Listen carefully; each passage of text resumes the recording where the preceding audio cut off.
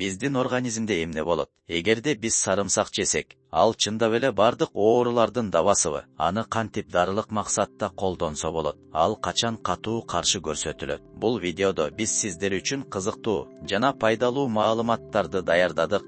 Бул 8 мүнөттү текке кетирбейсиздер. Көп адамдар сарымсактын өзгөчө жытынан жана даамынан улам аны жебөөгө аракет кылышат. Бирок сарымсактын дарылык касиеттери 3000 жылдан бери белгилүү экенин унутпоо керек. Анын курамында калий, кальций, фосфор жана С витаминдери менен катар селен, марганец, йод, натрий жана эфир майлары бар.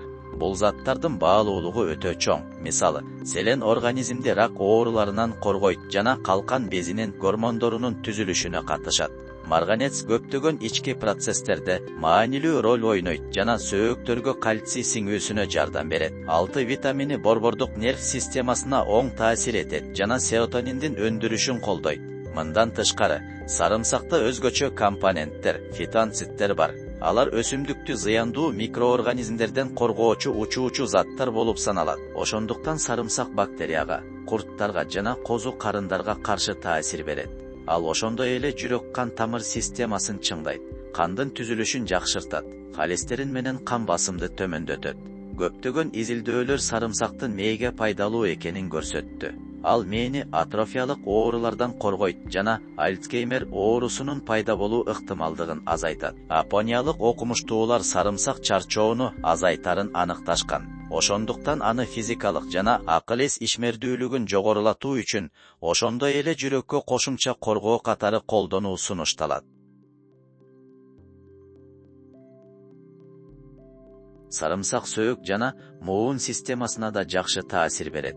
Ирандык окумуштуулардын айтымында, сөөктөрдү чыңдоо үчүн күнүгө 2 грамм чийки сарымсакты 1 ай бою колдонуу жетиштүү. Ал остеоартоздо жабыркаган сөөк жана моун кандарын калыбына келтирүүнү тездетет.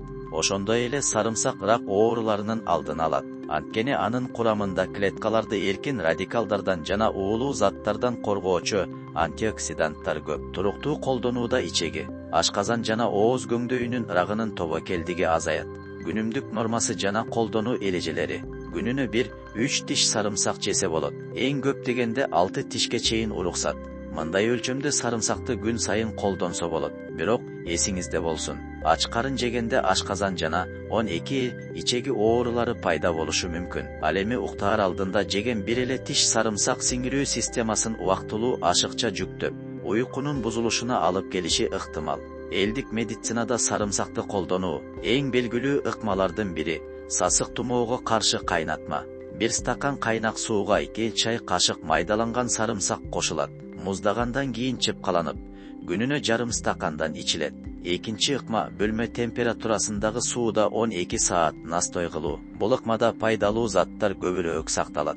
Уулуу заттар менен ууланууда 1 литр сууга 3 тиш сарымсак жана бир аз имбири кошуп 10 мүнөт кайнатуу керек. Алгачкы жүрөк айлануу белгилери байкалганда ичсе болот, бирок ашыкча колдонбоо зарыл.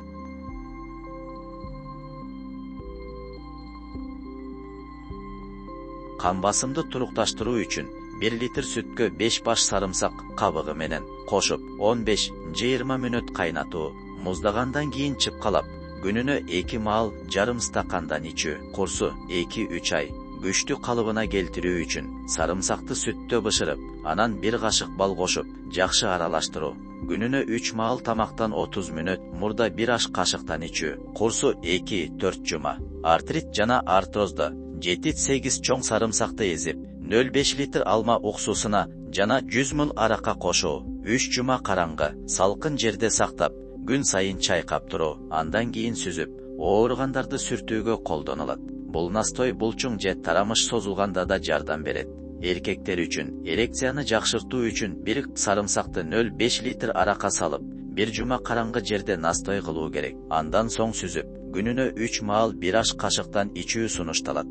Каршы көрсөтмөлөр: сарымсак аппетитти күчөтөт. Ошондуктан семирүүгө жакын адамдарга сунушталбайт. Ичеги карындын сезгенүүсүндө ал кошумча дүүлүктүрүү жаратып, абалды оорлотушу мүмкүн. Панкреатит, боор жана өт таш ооруларында сарымсак колдонуу тыюу салынат. Ал ашказандын ишин өтө күчөтүп, кычкылданууну жана түйүлүүнү жаратат. Сарымсактын эң белгилүү кемчилиги жагымсыз жыт. Аны лимон тилкеси же петрушка менен чайнөө аркылуу басаңдатса болот. Ошондой эле сүттү корица же кардамон менен ичүү жытты нейтралдаштырат. Жакында кобурок маалымат чыгарабыз. Комментарийге маалымат жагып калса жазып коюңуз. Лайк басып жакындырыңарга жонотуңуз. Ден соолукта болуңуз.